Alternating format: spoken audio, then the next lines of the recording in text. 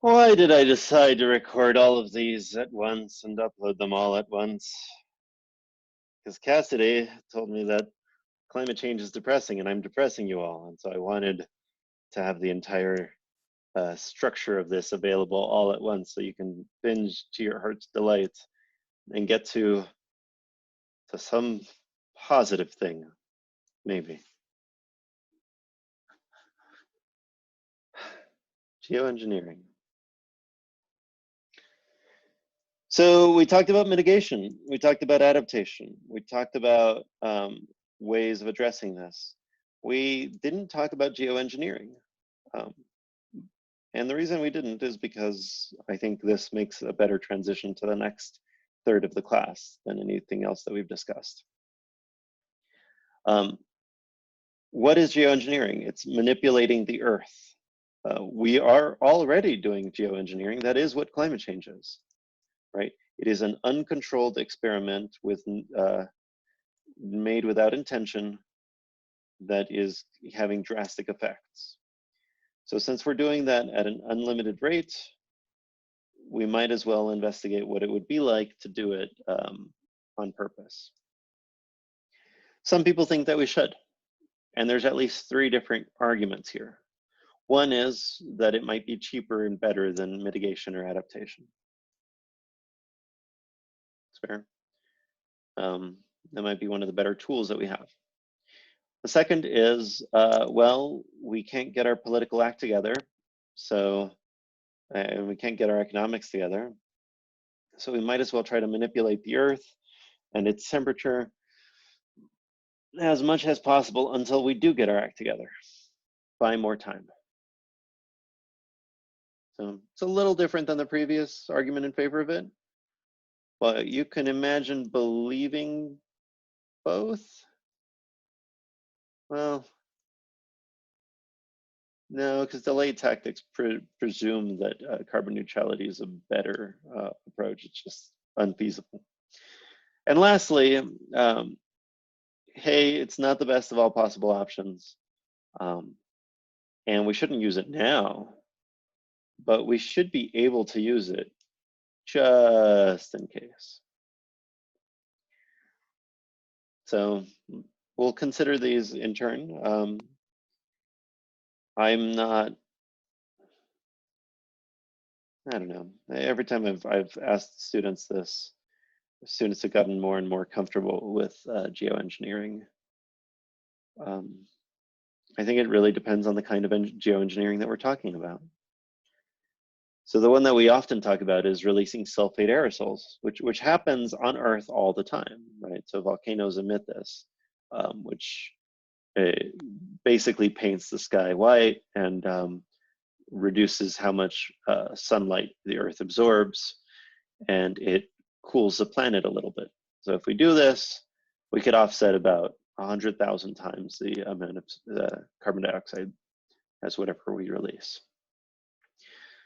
So a lot of people really, really like this. Not because it solves any problems, really. I guess it solves the temperature problem. But it's quick, it's reversible. It's something that happens even when humans aren't around. And it's cheap. A billionaire, in fact, a multimillionaire could just decide to do it. And honest to God, at some point, I imagine a multimillionaire will just decide to engineer the planet, or some nation will just decide to do something like this. There are some drawbacks. Some people don't know how these molecules play with the ozone layer, so we might actually be doing some damage to the atmosphere. It's trickier than it seems. We don't know how certain concentrations would behave. Might violate some international treaties, might impact surface circulation. So it mimics natural processes just in the broad scope. In the details, it would be very, very different. And also it doesn't address the fact that there's still a lot of carbon that's having effects on the oceans. One thing that would be just scrubbing, taking carbon dioxide out of the air. So vacuum the air, trapping carbon dioxide and releasing it later. It'd be great if it were cheap, right? People think that it would tackle the primary cause of climate change. So that would be a way of helping solve this and just getting at the root cause. The problem is, well, first, storing carbon. Second, air is really thin. Carbon's 0.03%, right? So you would need millions of these. You would need a lot of these. It's really, really inefficient. It's basically a pipe dream at this point. It might be a solution in the future. And that might be a part of how we solve it. I actually think trapping carbon dioxide in carbon scrubbers would be great. That's basically what trees do. So just like fancy trees. But this is not something to hold your breath for. This will take a long time to get to the point where it might actually be at the scale of addressing this issue. We could fertilize trees with nitrogen, right? So turn trees into better CO2 scrubbers. That's totally doable. It's plausible. Problem is, we don't actually know what species would do this and how. It might produce some worse emissions because nitrogen, while it might help the trees grow, it might release nitrous oxide, which is worse than CO2. Might also contaminate. Right? So a lot more testing needs to be done before this is viable. Here's another thing. We know trees work. Let's just plant a lot of trees. Just drop thousands of seedlings. Just do it. Drop seedlings everywhere. We could do this right now. We could do this this month. Problem is, it hasn't worked. Usually you drop it and it crashes and the trees die. But you know, some fancy engineer might figure out a way of landing them more nimbly, and maybe that'll be doable.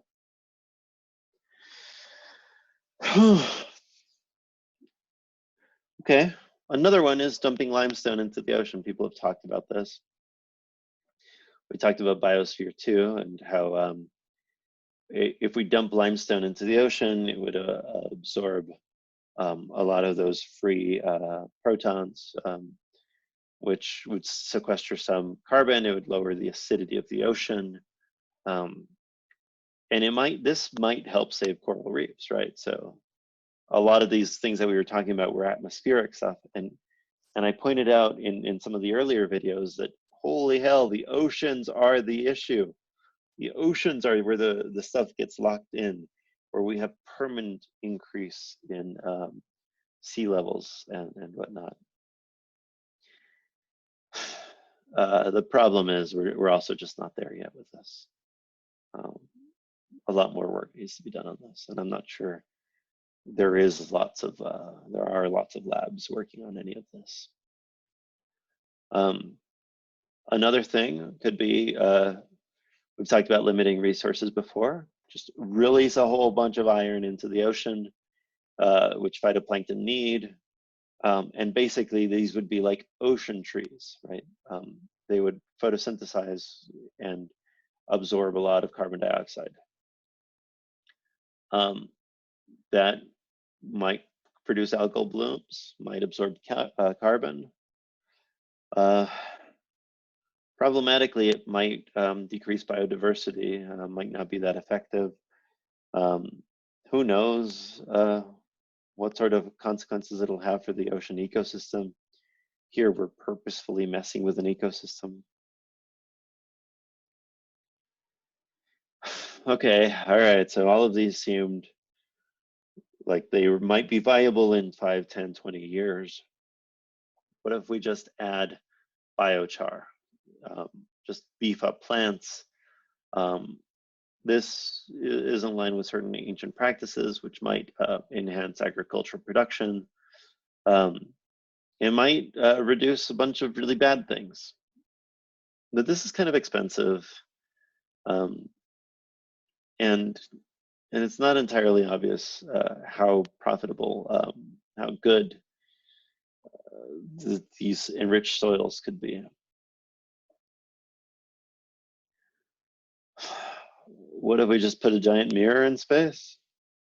That's a thing some like adults have talked about. That's a plausibility, I guess. Why the hell not? Just a giant mirror, or if you're too worried about mirrors in space, we could just do put some,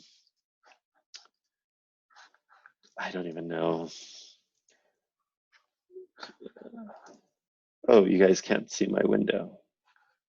Share screen, sorry. There we go, okay. Place a barrier near Earth orbit, some dust, some umbrella, whatever, sunglasses, that would block some sunlight.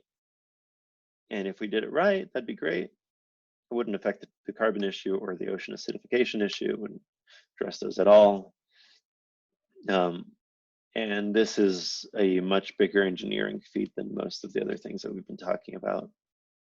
It's just probably even less practical than anything else. Okay, so all right. Reflective aerosols, we could brighten clouds, we could plant high albedo crops, we could paint our roads white and our roofs white, reforest. We could put carbon negative cement, shift lunar spectrum, enhance sulfur in the ocean. Like, these are all ideas that people are seriously thinking about. And maybe one of these will turn out to be a good way of modifying our environment in hopefully non-permanent ways. That might help address some of the damage that we've already done. None of these are there yet. As a philosopher, I'm comfortable talking in the abstract, but if you're really looking to have practical impact, you should not rely on these. So we talked about all of the arguments in favor. Now that we've covered some of the ways that we could do this, you can see why arming the future, best of all possible options and delayed tactics are actually not plausible right now. Maybe if we had some of these technologies being viable. Arm the future is the only viable argument right now with respect to geoengineering, because we need to do a lot more studying on these in order to even see if they were going to be effective. So there are arguments against them. And I kind of hinted at all of these while we were discussing each of these individual ones. First, this is the commons.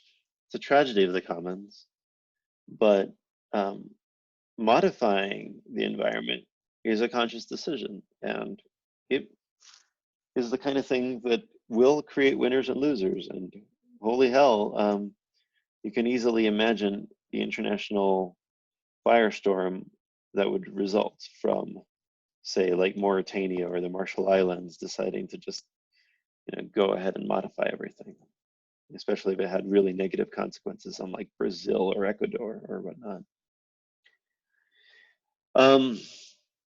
A lot of these proposals were only piecemeal answers. They didn't address all of the problems that are going on in climate change. And as a result, they might leave us seeking more and more piecemeal problems. And so we might never actually address some of these issues that we care about.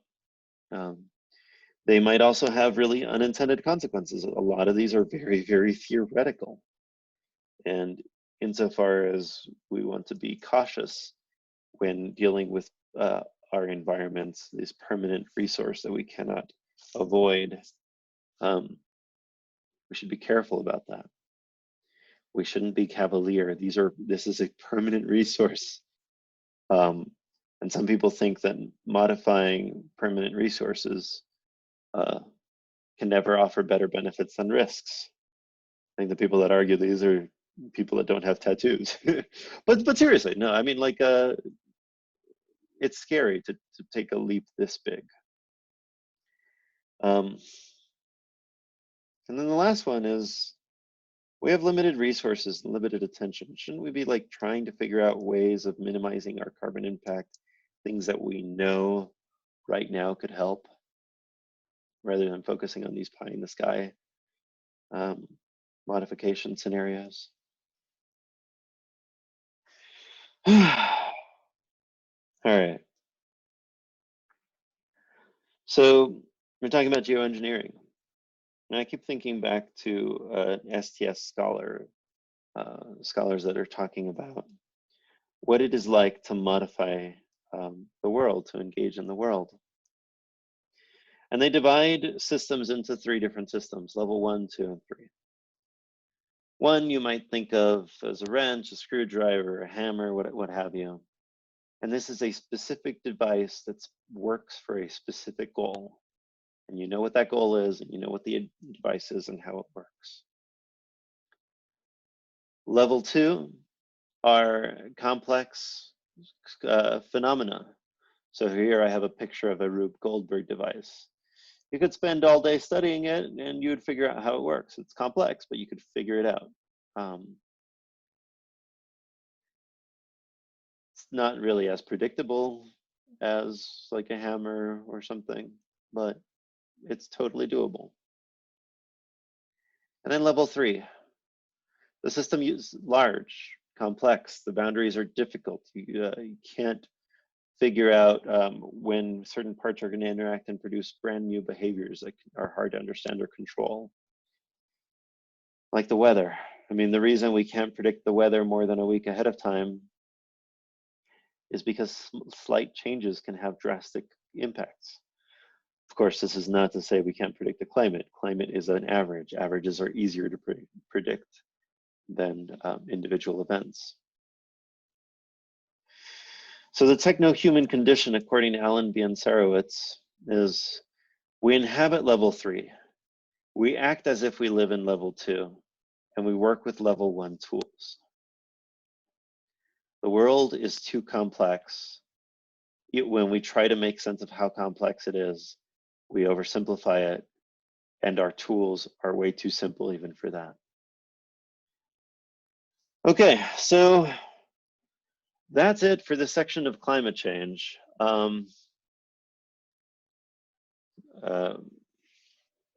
That's it. I've cut out a bunch of slides that you don't care about and I don't either. After this, we're going to do a transition day into human modification, which will then lead to just, it'll just be a public health discussion.